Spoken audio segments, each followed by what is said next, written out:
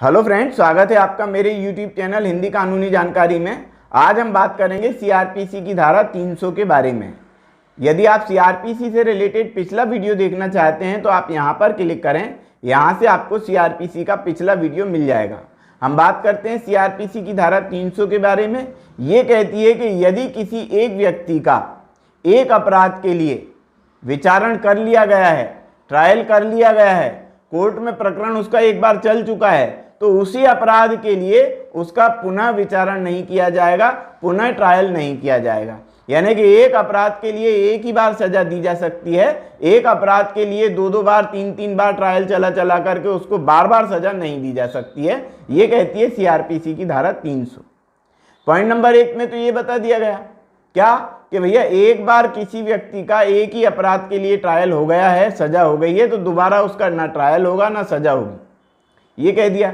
Point number 2 कहता है कि राज्य सरकार की अनुमति से ऐसा किया जा सकता है, उसका ट्रायल चल सकता है। पॉइंट नंबर 3 क्या कहता है? पॉइंट नंबर 3 कहता है कि किसी एक अपराध के लिए किसी व्यक्ति को एक बार सजा हो गई, ट्रायल चल गया, लेकिन उस अपराध के परिणाम स्वरूप कोई अन्य अपराध बन गया तो फिर उस पर दोबारा ट्रायल चल सकता है। कैसे? उदाहरण के लिए समझ लें कि किसी व्यक्ति ने किसी दूसरे व्यक्ति को मारा तो वो मरा नहीं, अधमरा रह गया। अब अधमरा रह गया तो इसके लिए धारा 307 का प्रकरण चलेगा। धारा 302 का कब चलता? जब वह व्यक्ति मर जाता। अब धारा 307 का प्रकरण चला, चलते जो है प्रकरण चलता रहा और धारा 307 के अंतर्गत उस व्यक्ति को सजा भी दे दी गई जिसने ऐसा अपराध किया था। अब मान लेते हैं कि उसके ही कारण, किसके कारण? घोर उपपत्ति कारित करने के कारण उस व्यक्ति की डेथ हो गई। किस व्यक्ति की? जिसका हाफ मर्डर किया था उसका फुल मर्डर हो गया मान लो। तो ऐसे समय में उस व्यक्ति के खिलाफ धारा 307 का, जिसके खिलाफ प्रकरण चल रहा था, अब वो धारा 302 के विरुद्ध भी उसका प्रकरण चल सकता है। तो कहने का मतलब पॉइंट नंबर 3 क्या कहता है? पॉइंट नंबर 3 यही कहता है कि एक ही अपराध के लिए, जिस अपराध के लिए उसका ट्रायल चल रहा था और उसी के कारण उसी के रिलेशन में अन्य अपराध बन जाता है, तो फिर उसका ट्रायल दोबारा से किया जा सकता है।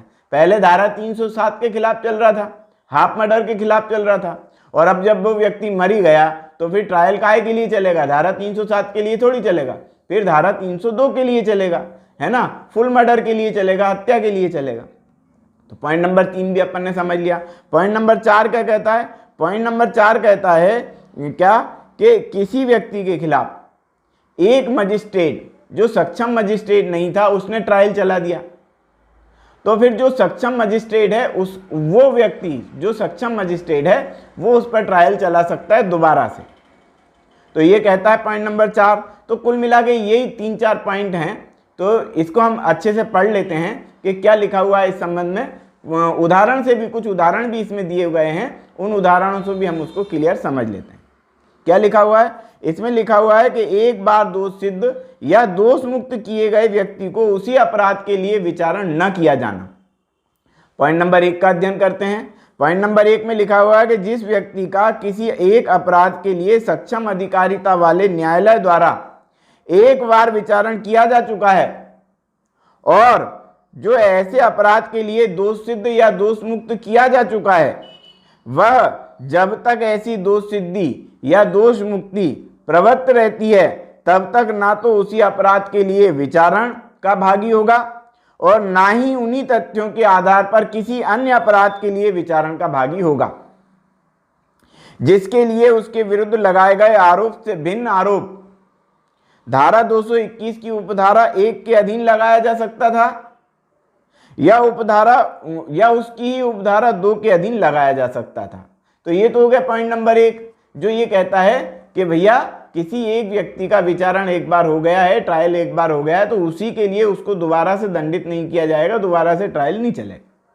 पॉइंट नंबर 2 कहता है कि किसी अपराध के लिए दोष मुक्ति या दोष सिद्धि के किए गए व्यक्ति का विचारण तत्पश्चात राज्य की सम्मति से, अब मैंने कहा ना पॉइंट नंबर 2 में लिखा है राज्य सरकार की सहमति से किया जा सकता है, तो ये वाली बात आ गई कि राज्य की सम्मति से ऐसे भिन्न अपराध के लिए किया जा सकता है जिसके लिए पूर्वगामी विचारण में उसके लिए उपधारा 220 की धारा 220 की उपधारा 1 के अधीन प्रवृत्त आरोप लगाया जा सकता था।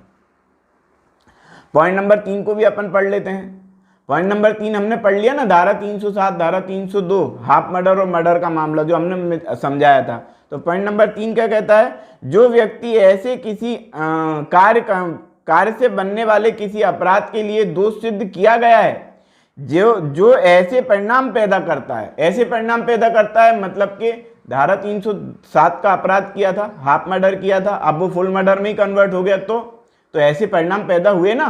तो ऐसे परिणाम पैदा करता है जो उस कार्य से मिलकर उस अपराध से जिसके लिए दोष सिद्ध हुआ भिन्न कोई अपराध बनाते हैं, उसका ऐसे अंतिम वर्णित अपराध के लिए तत्पश्चात विचारण किया जा सकता है यदि उस समय जब वह दोष सिद्ध किया गया था वे परिणाम नहीं हुए थे या वे परिणाम न्यायालय को ज्ञात नहीं थे, न्यायालय को पता ही नहीं था।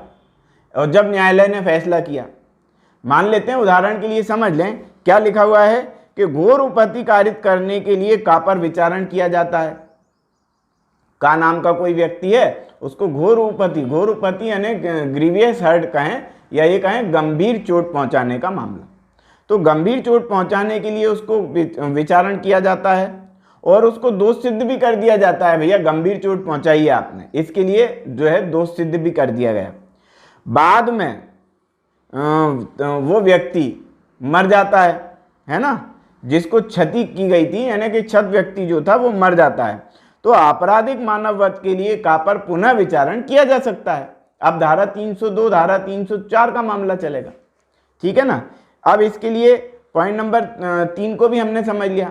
पॉइंट नंबर 4 को समझ लें कि जो व्यक्ति किसी कार्य से बनने वाले अपराध के लिए दोष सिद्ध या दोष मुक्त किया जाता है, उस पर ऐसे दोष सिद्धि या दोष मुक्ति के होने पर उन्हीं कार्यों में से बनने वाले उसके द्वारा किए गए किसी अन्य अपराध के लिए तत्पश्चात आरोप लगाया जा सकता है और उसका विचारण किया जा सकता है यदि वह न्यायालय जिसके द्वारा उसका विचारण किया गया था उस अपराध के विचारण के लिए सक्षम नहीं था।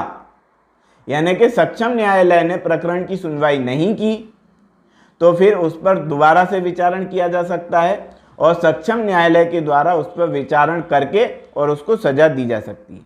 लिखा है ना इसमें, सक्षम नहीं था जिसके लिए वह दंड के लिए आरोप लगाया जा सकता था।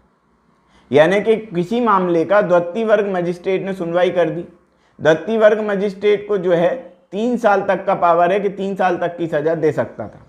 अब उसने ऐसे मामले की सुनवाई कर दी जो 7 साल की सजा वाला था, तो ऐसे समय में जो है द्वितीय वर्ग मजिस्ट्रेट ने जो प्रकरण चलाया उसके स्थान पर प्रथम वर्ग मजिस्ट्रेट दोबारा से प्रकरण चला सकता है, विचारण कर सकता है, सजा दे सकता है। तो कहने का मतलब ये है कि सक्षम न्यायालय द्वारा यदि कोई कार्य किया जाता है तो कोई दिक्कत नहीं, लेकिन वह सक्षम न्यायालय नहीं था जिसने विचारण कर लिया, तो फिर वो विचारण हटा करके सक्षम न्यायालय वाला जो मजिस्ट्रेट है वो उसका विचारण कर सकता है। पॉइंट नंबर 4 में ऐसा लिखा हुआ है।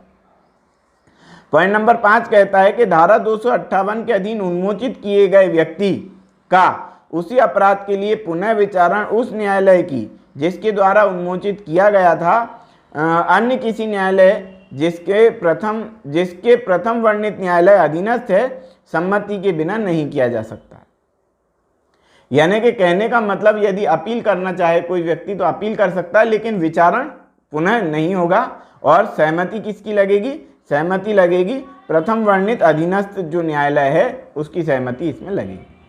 पॉइंट नंबर 6 कहता है कि इस धारा की कोई बात साधारण खंड अधिनियम 1897 की धारा 26 या इस संहिता की धारा 188 के उपबंधों पर कोई प्रभाव नहीं डालेगी। तो इस प्रकार से स्पष्टीकरण एक और हम पढ़ लेते हैं, इसके बाद हम अपने वीडियो को खत्म करेंगे। क्या लिखा हुआ है कि परिवाद का खारिज किया जाना या अभियुक्त को उन्मोचन इस धारा के प्रयोजन के लिए दोष मुक्त नहीं है। यानी इस धारा में ये लिख दिया गया है कि परिवाद का खारिज यदि कर दिया गया, परिवाद खारिज कर दिया गया तो या अभियुक्त को उन्मोचित कर दिया गया है, तो इसका मतलब ये नहीं है कि अभियुक्त को जो है दोष मुक्त कर दिया गया। तो स्पष्टीकरण भी इसमें बता दिया गया। तो आज की वीडियो में हमने अध्ययन किया सीआरपीसी की धारा 300 के बारे में। यदि आप सीआरपीसी से रिलेटेड अगला वीडियो देखना चाहते हैं तो आप यहाँ पर क्लिक करें। यहाँ से आपको सीआरपीसी का अगला वीडियो भी मिलेगा। सीआरपीसी, आईपीसी और भारतीय संविधान से रिलेटेड संपूर्ण वीडियो भी यहीं से आपको मिल जाएंगे। तो आज की वीडियो में इतना ही। वीडियो यदि आपको पसंद आया हो तो वीडियो को लाइक करें, शेयर करें, कमेंट्स करें और यदि आपने हमारे चैनल को अभी तक सब्सक्राइब नहीं किया है तो चैनल को सब्सक्राइब कर लें, बेल आइकॉन प्रेस कर दें ताकि अगली वीडियो का नोटिफिकेशन आपको मिल सके। ये वीडियो देखने के लिए बहुत बहुत धन्यवाद।